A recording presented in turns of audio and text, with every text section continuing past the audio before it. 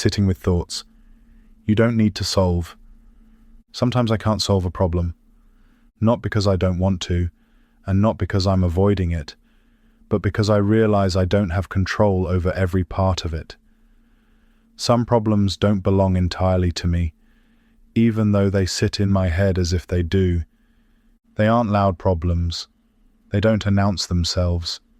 They're the ones that stay parked somewhere in the background, the ones you don't forget about, the ones that give a small flicker of anxiety when they surface unexpectedly.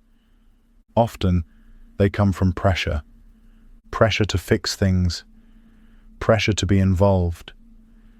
Pressure that forms slowly when you prove, over time, that you're capable.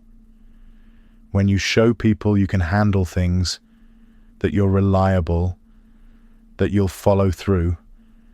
A role begins to take shape around you. You become the person who figures things out. That role isn't always chosen.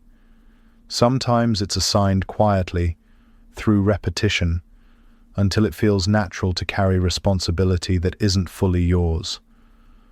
Most of the thoughts I can't solve don't involve me alone.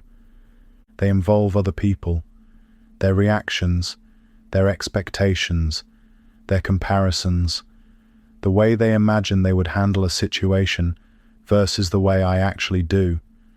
The criticism that comes not because something failed, but because someone else would have chosen a different path.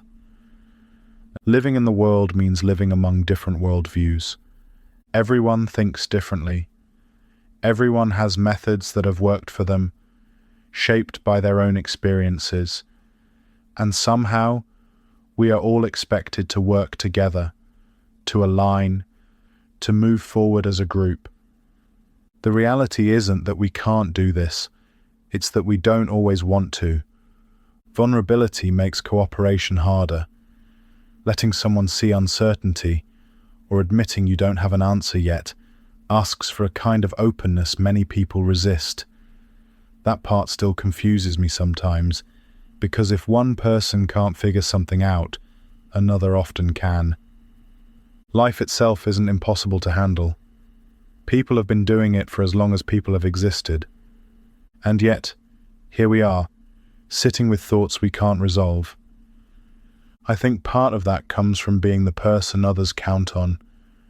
When you're reliable, help doesn't always arrive unprompted. People don't often say, "Let me take this from you," or "Let me help carry this for a while." Asking for help is a good thing. It makes people feel needed. It eases the load. But there's also an awareness that comes with it. You don't want to ask someone whose own cup is already full.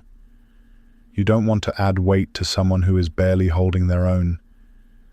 So the thoughts stay with you, not because you're unwilling to share them, but because you've learned to be careful about where they go.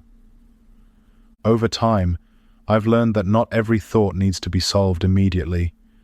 Some thoughts just need a place to sit. I don't ignore them. I don't pretend they don't exist. I park them.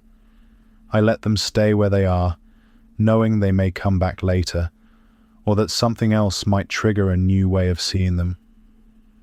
Sometimes clarity comes with rest. A fresh mind, a new day, a different angle that wasn't available the night before.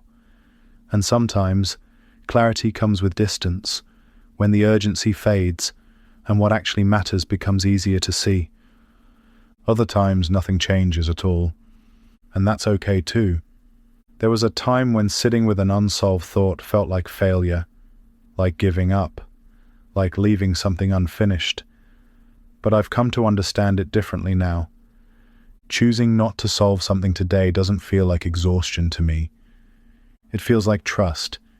Trust that tomorrow will bring new ideas, new resources, a slightly different version of myself, better equipped than the one lying awake tonight. Trust that not everything requires immediate resolution in order to be valid. I believe we are always given what we need, even when it isn't what we want. That belief doesn't make things easier in the moment, but it steadies me. It reminds me that challenges don't arrive randomly. They come in proportions we can grow into, even when we don't yet know how. So tonight, I sit with the thoughts I don't need to solve.